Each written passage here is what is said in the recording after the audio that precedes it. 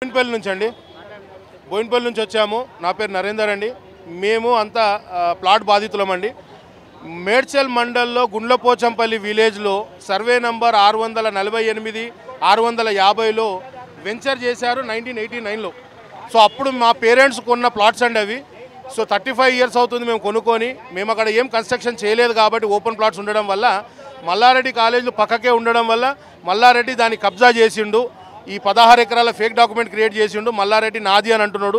మమ్మల్ని భయభ్రాంతులకు గురి చేస్తున్నాడు. మొన్నటి వరకు అధికారంలో ఉండే కాబట్టి అన్ని విధాలుగా ఆయన్నే మమ్మల్ని హెరాస్మెంట్ చేసిండు. ఇప్పుడు అధికారం లేకున్నా కూడా పైసా పెట్టేసి వేరే మనుషులను పెట్టి అక్కడ రానియకుండా అక్కడ ఏం వర్క్ చేయనీయకుండా మమ్మల్ని దౌర్జన్యంగా మమ్మల్ని అడ్డుకుంటున్నాడు. మేము రేవంత్ అన్న దానికి రావడం ఏంటంటే మాకు న్యాయం చేయాలని చెప్పి ఈరోజు ఇక్కడ రావడం జరిగింది. దయచేసి రేవంత్ అన్న మాకు న్యాయం చేయాలి అని మేము కోరుకుంటున్నాం.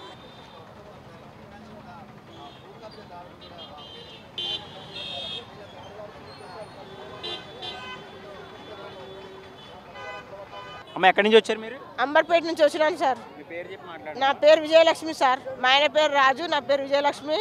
నాకు ఇద్దరు ఆడపిల్లలు. నేను హ్యాండిక్యాప్. నాకు ఇల్లు లేదు. ఎన్ని తిరగాల. ఇప్పుడు 30-40 ఏళ్ళ నుంచి ఈ హైదరాబాద్లో అప్పుడు 2,000-2,500 నుంచి ఉంటున్నా. ఇప్పుడు 5,000-6,000 కిరాయి కట్టుకొని బతకాలంటే 4 ఫ్యామిలీలకు ఒక bathroom sir.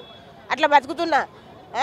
Machine కుట్టుకున్నాను. Handicap current machine పెట్టుకొని కుట్టి నా మెడనరాలన్నీ ఇట్లా బెస్ట్ అయ్యి ఆపరేషన్ చేయాలన్నారు. 2 లక్షల ఆపరేషన్ అని అన్నారు.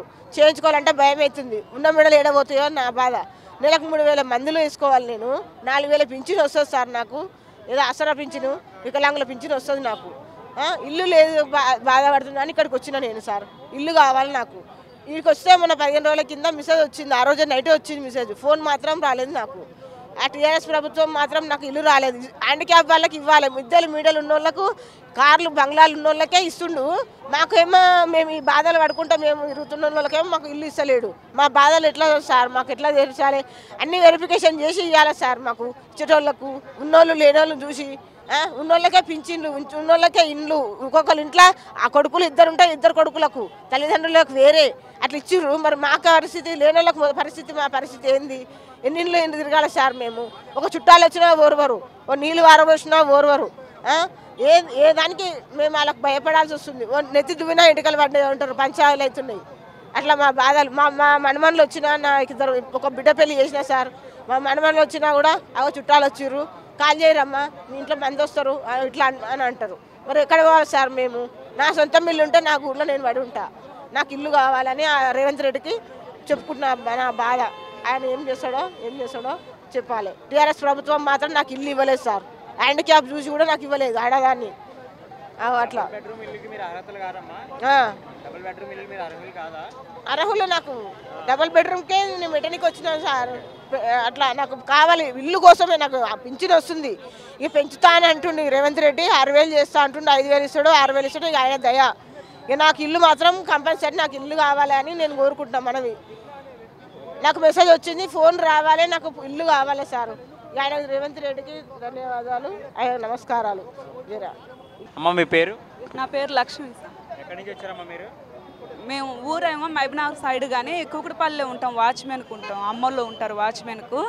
నేను వాళ్ళ దగ్గర ఉంటా. భర్త వదిలేసి వెళ్ళిపోయిండు. ఈ బాబు, ఈ పాప. నాకు ఒక పింఛన్ తప్ప ఏ ఆధారం లేదు. ఒక భూమి లేదు, ఇల్లు లేదు. ఇల్లు రేకుల ఇల్లు అమ్మోళ్ళు కట్టిస్తే అది కేసులో ఉంది. వేరే వాళ్ళు దౌర్జన్యం చేసి కేసు పెట్టిండ్రు. ఏమి లేదు అసలు.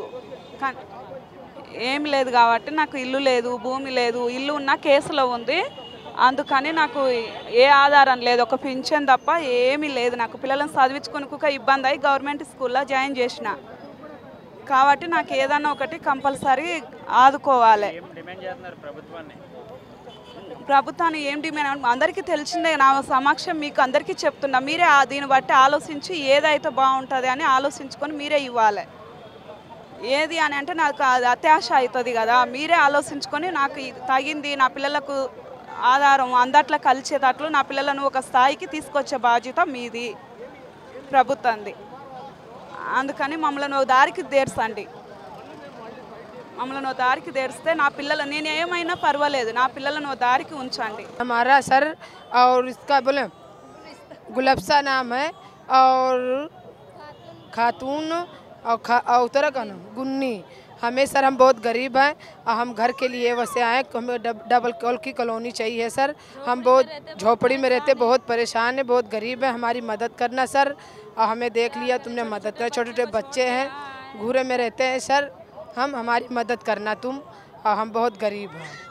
हम भी बहुत परेशान हैं, छोटे छोटे बच्चे को छोड़ के आए हैं, इतनी दूर से आए हैं, 3 बार आए तो कोई जवाब ही नहीं है।